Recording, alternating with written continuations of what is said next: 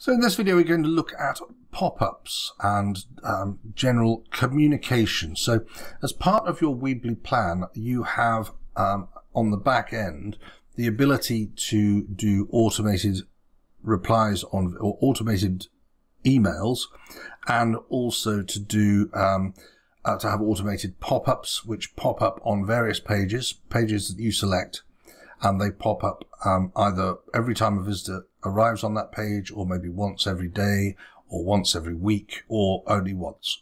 So you can have it pop up, and it's great for announcements. So for example, you might use it, and I mentioned it in the EU cookie video, you might use a banner pop-up to warn people about cookies. And you might put a link in that banner pop-up to a more detailed cookie policy.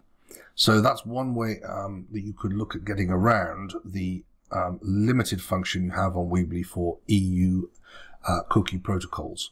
So that is one way of using a pop-up, and we'll have a quick look at that. And the other way is you can have a pop-up which could either be a subscription pop-up, so it pops up inviting people to subscribe, or it could be a special offer, so showing a special offer or including a product for sale or a download. So there's a variety of different ways of doing it, and they are quite useful. So let's have a look at how we do that. First of all, get into communications, and you've got pop-up, messenger, abandoned carts, so and emails and text alerts. So you can set a sender profile. So if you've got several websites, you might have several different profiles where you're known to different people as a different company. So you can have a whole range of different sender profiles, and you just select the sender profile you want for this site. And then you can edit themes for abandoned cart email, order confirmation, items shipped, etc. Now, the themes, some of them are going to be premium, and so you only get them with the top plan, and others which are not marked as premium you get with any store. So for instance, an order confirmation or a confirmation of shipping. And you can look at these. If you look down here, order confirmation, order prepared, so you set those up. They're set up already, but you can brand them and you can make them look better, and then those will go out whenever you have an order. Whenever the order is dispatched, etc.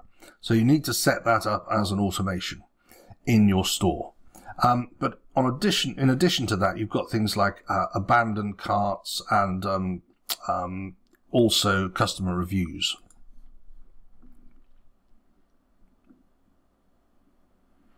And here we've got pop-ups.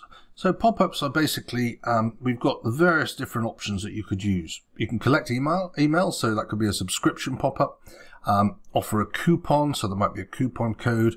So that might be on a shop, and someone's been browsing and then they go to leave the shop. So as soon as the website senses that their cursor is going to off the page to close the tab, it will pop up and it might say, save 20% today with a coupon, and give you a coupon code.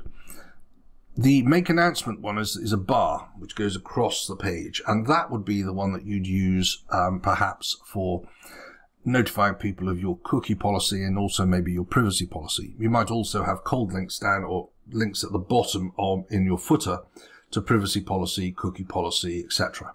So you want to make sure that you are telling people what your policies are so that you stay the right side of the law.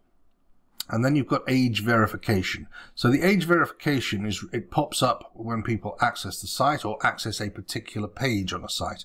So if your blog or your shop is in any way adults related, or you just don't want to have under 18s or under people of minority on your website, one way of doing it is to put a notification by way of pop-up saying that the website is only available to those over the age of whatever, 18, 21. Now, it doesn't actually require any proof of age, and therefore you're not going to physically stop people from accessing your website just because of this pop-up.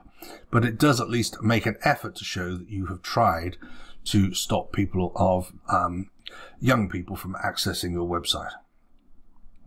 So you've got those various options, and here is the layout. So you can see you've got, that's the banner layout. So that banner can be adjusted in terms of text size. You can have different background colors. So you can change that banner to, you might change the banner to be a particularly bright color, or you might change the banner to be the color that the rest of your website is. Either way, you can make that banner either stand out or blend in.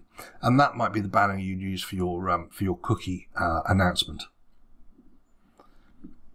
And then here we've got, so this is a notification on new store hours. So if you've got a physical store, or you've got an online store which is going to be opening for longer hours, or anything else that's changing with your company, perhaps you're setting up a new offer or a new part of your business, maybe you're setting up in-store demonstrations or something like that, then you can have that pop up on your website to tell visitors. And you can have that in different styles, full page pop-ups or small block pop-ups.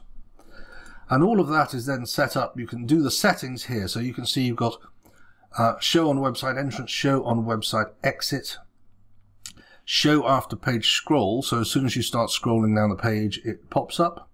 Or show after time spent on page. So it could be, you know, after you've been on the page for 60 seconds or 90 seconds or whatever. Or you can click on it once you go to leave the page. And also you can decide the frequency. So does it happen every time somebody visits the page, or does it only happen once a day? So that if the same person visits the page 3 times in a day, they don't keep having to come across this pop-up, which I think is a good idea, and will help you in terms of keep retaining customers and visitors. So you make your selection dependent on what you're trying to achieve. You make your selection on how regularly you want that pop-up to pop up for each visitor that comes. And then you can schedule a duration for the pop-ups. So it might be for just a period where you've got an offer. You can have email notifications which are attached so that you get emailed when a form is filled in with details of the person that's filled the form in, etc. Okay, and then, as I say, with style, you can change the text style, the colors, the color of the buttons, etc. And you can also put the link in, so a link into the button that you want, etc. And you can also put pictures into some of the pop-ups. You want an option to close the pop-up as well. So you've got a little cross normally top right so that people can and don't have to fill in the pop-up, which would obviously annoy people. And then you can change the background colors. It's all very adjustable. And pop-ups can be a really useful way. A pop-up for a subscription form when people are about to leave is probably a very good idea. Because then as they're leaving your website, they may be your first visitor, you might just prompt them to subscribe, and then you have the ability to converse with them again and to send them other information which might be of interest to them. Okay, so you can edit all of that, you can save it as drafts, or you can publish it. And you get a number of pop-ups that you can run dependent on your plan. And you don't want to fill your page with pop-ups, but certainly you can do you could use 2 or maybe 3 productively and without annoying your visitors. And that's basically how we use pop-ups.